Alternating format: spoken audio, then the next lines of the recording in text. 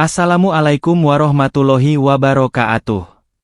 Salam bahagia selalu buat sahabat channel Misteri Goib. Mari kita simak dan mulai ceritanya. Angin malam menyelinap di celah-celah bambu, membawa bisikan yang tak terdengar namun menyesakkan. Desa Karangsung, terletak di balik hutan keramat yang tak pernah dijamah matahari, menyimpan rahasia yang lebih tua dari usia manusia. Orang-orang kota menyebutnya desa yang tertinggal. Tapi bagi penduduknya, Karangsung adalah tempat perlindungan dari dunia luar, dan dari makhluk-makhluk yang tak boleh disebut namanya.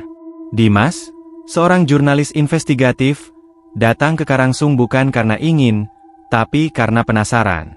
Sebuah surat tanpa nama datang ke redaksinya 2 minggu lalu.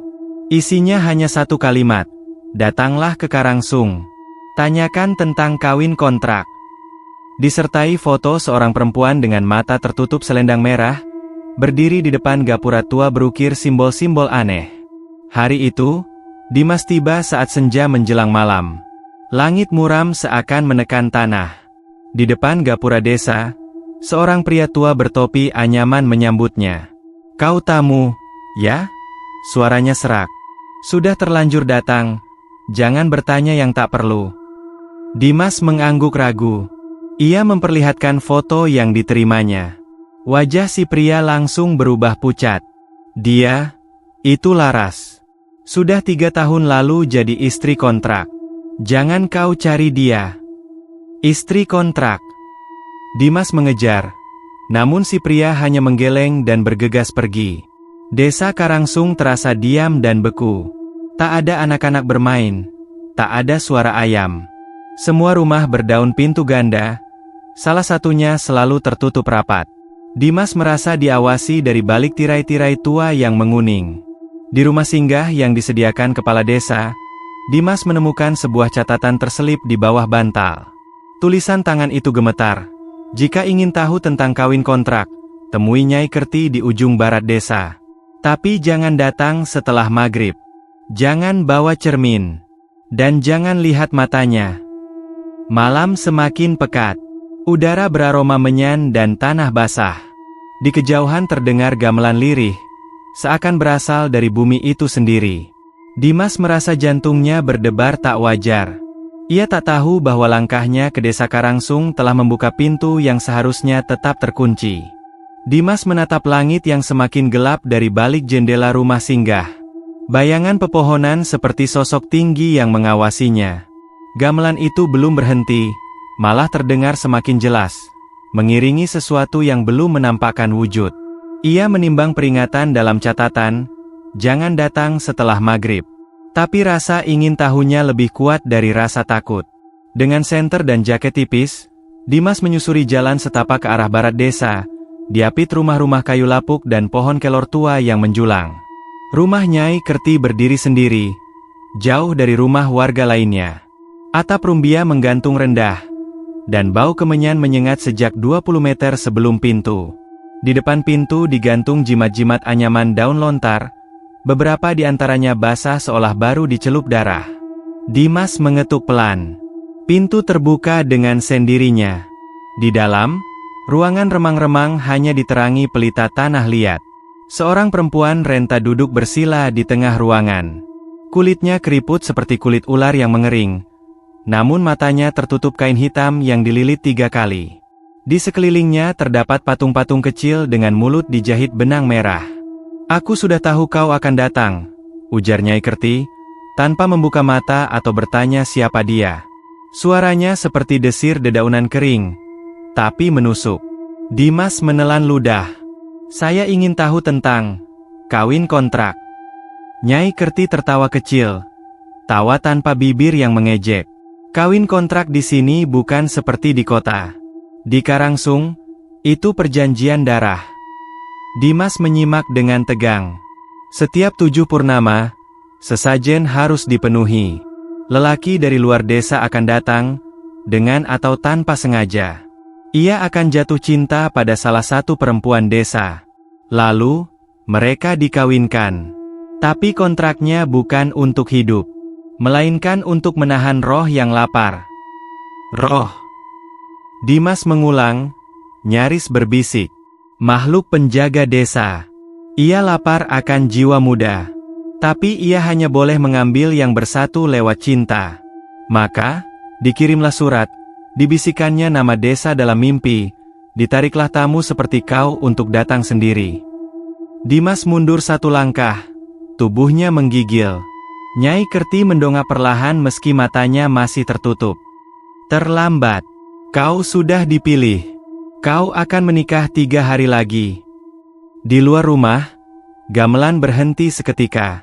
Dan dari kejauhan, terdengar suara perempuan tertawa, tapi seolah berasal dari bawah tanah. Malam di Karangsung terasa lebih panjang dari biasanya. Waktu seakan melambat. Dimas kembali ke rumah singgah dengan langkah gontai, pikirannya kalut. Kata-kata Nyai Kerti terus terngiang, kau akan menikah 3 hari lagi. Tapi menikah dengan siapa? Dan kenapa harus dia? Keesokan harinya, desa berubah. Wajah-wajah warga yang semalam murung kini tampak hangat, bahkan terlalu ramah. Ibu-ibu menyapanya dengan senyum lebar. Bocah kecil berlarian sambil menabur bunga. Dimas merasa seperti bintang tamu di pesta pernikahan. Hanya saja ia adalah pengantinnya, dan ia tak pernah menyetujui apapun. Sore harinya, kepala desa memanggilnya ke balai utama. Di sana, Dimas diperkenalkan kepada seorang gadis muda bernama Ayu, perempuan dalam foto yang dulu ia terima. Wajah Ayu pucat, matanya sayu, dan gerak-geriknya kaku seperti boneka kayu.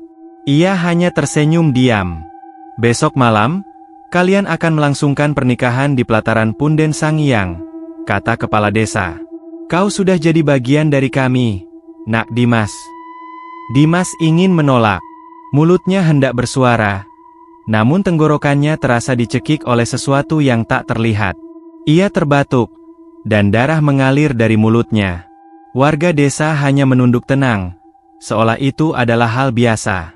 Malamnya, Dimas bermimpi.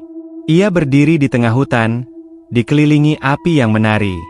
Ayu mengenakan kebaya pengantin berwarna merah darah, berdiri di atas altar batu dengan wajah tertutup selendang hitam.